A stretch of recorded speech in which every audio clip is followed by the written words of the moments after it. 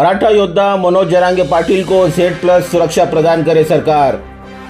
इस आशय का पत्र नांदेड़ कलेक्टर के माध्यम से महाराष्ट्र के मुख्यमंत्री गृह मंत्री को सकल मराठा समाज की ओर से दिया गया। आपको बता दें कि सोशल मीडिया के माध्यम से मराठा योद्धा मनोज जरांगे पाटिल पर हमला करने और उन्हें जान से मारने की धमकियां मिल रही है और इससे मराठा समुदाय में असंतोष पैदा हो गया है।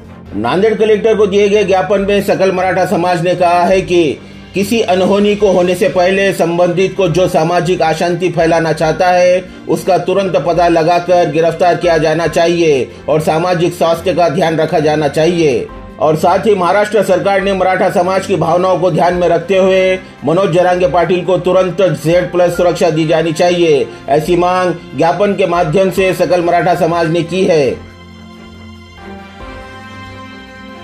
जय जिजाऊ।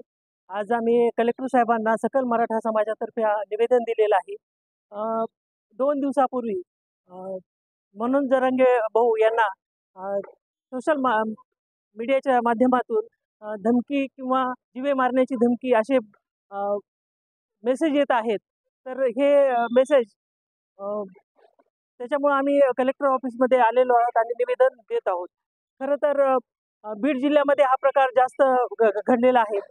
परवाच्या लोकसभेची जे निवडणुका झाल्या त्याच्यामध्ये पंकजाताई आणि धनुभाऊ मुंडे या दोघांना बी त्यांनी मनोज दादांना किंवा तुम्हाला फिरायचं आहे म्हणून सांगितलेलं आहे बीड जिल्ह्यामध्ये, पण त्यांना पण संबंध महाराष्ट्रामध्ये त्यांना पण फिरायचं आहे। तरी आम्ही त्या निमित्तानं की निवेदन देण्यासाठी आलेलो आहे। आम्ही जिल्हाधिकाऱ्यांच्या मार्फत हे मुख्यमंत्र्यांना निवेदन देतोय। सकल मराठा समाज नांदेड परळी मागे आम्ही पाहिलं मागच्या 2 दिवसापासून कुठेतरी लोकसभेचा निवडणुकीचा राग मनात घेऊन बीड जिल्ह्यामध्ये मराठा बांधवांवर काही अन्याय होताना आपल्याला दिसून येतात। तसंच संघर्ष योद्धा माननीय मनोज जरांगे यांना सोशल मीडियाच्या माध्यमातून काही समाजकंटकांनी धमक्या दिल्या। तर त्यासाठी आम्ही शासनाकडे ही मागणी करतोय की मनोज दादा जरांगे यांना शासनाने Z+ सुरक्षा पुरवावी व ज्यांनी कोणी ह्या धमक्या देण्याचा प्रकार केलाय त्यांच्यावर कठोर ते कठोर कारवाई करण्यात येईल।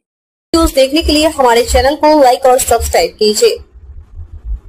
हमसे संपर्क करने के लिए 9049032007 पर कॉल या व्हाट्सएप कर सकते हैं।